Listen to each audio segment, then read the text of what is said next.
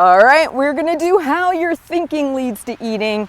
Well, should I just deal with my lower brain and kind of like talk it down constantly, or should I remove something from my home that's causing that to flare up?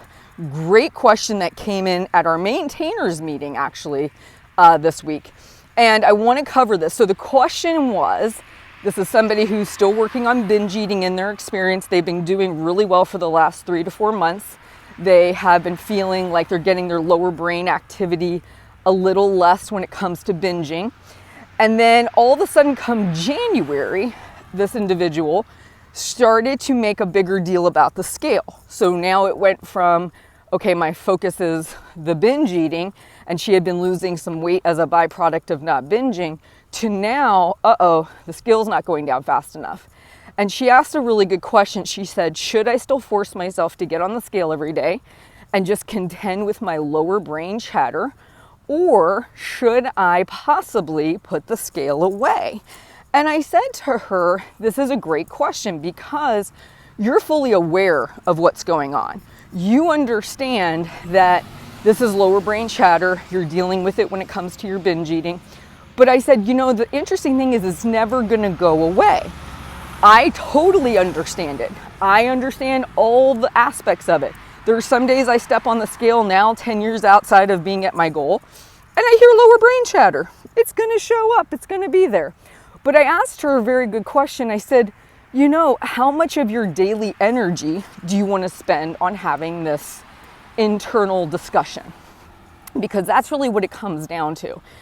I could keep my house chock full of all kinds of crud and junk food and fun food. And yes, I could have these discussions all day long with my lower brain. Oh, no, sweetheart, you can have that tomorrow. Da, da, da, da. But I ask myself, is that the best use of my time? Like, do I really, really want to have these conversations all day long? Or would it actually behoove me to keep a fairly clean environment where I don't keep those things? And then when I really want them, I go out and I get them. And that cuts way back on my lower brain chatter. So when I notice my lower brain is kicking up about certain things or whatever, I might create an environment that causes less chatter. Not because I think it's gonna always be gone, but if I notice that that's one area that's causing me a lot of my efforts, it doesn't turn off. There's no off switch. So that might be a first thing to lead with. Your lower brain does not get turned off. It will always be on. So then you have to say, okay, I'm contending with these binge eating thoughts, and now my brain is really flared up about the scale for some reason. How much of my daily energy and focus do I want to spend on this? Whereas, and historically this is what I see to be true, putting the scale away will still cause the lower brain to say things like, how do we know what's going on? And shouldn't we check? And da-da-da-da-da. And you can pick a date on the scale or on the calendar and you say, we're going to weigh in on this day. We're not going to weigh in before. We're not going to weigh in after. We're going to weigh on this day. You can redirect the conversation. Your lower brain will quiet down a lot more by not weighing in than weighing in. Because when you have a number, keep cycling that number back around and it attaches meaning to that number. The not knowing what the number is, there's nothing to discuss, right? Other than you didn't weigh in. So I said to her, what would behoove you best? Do you have the energy and the capacity that you want to battle both of these things? And she says, no. She says, I'm really glad we had this conversation because right now I'm working on this binge eating thing. It's been a good 3 months. My weight has consistently gone down. I feel better. I'm really laser beam focused on the binge eating. That's my most important issue.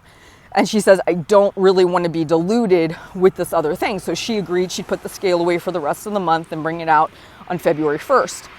So the big takeaway from this is, if you see there's something that constantly brings up this chatter, and it's something you could remove from your experience, not everything you can, why wouldn't you do the kind, compassionate thing and remove it from your experience?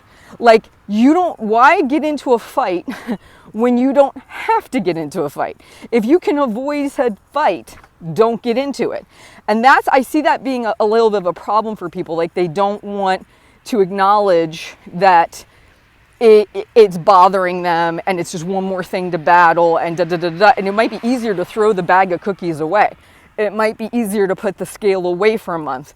Especially in this case, because she actually knew her calories. She had been doing really well and she'd been maintaining or losing.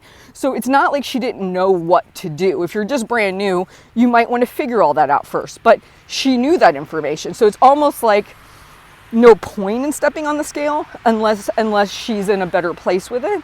So I just want to encourage everybody.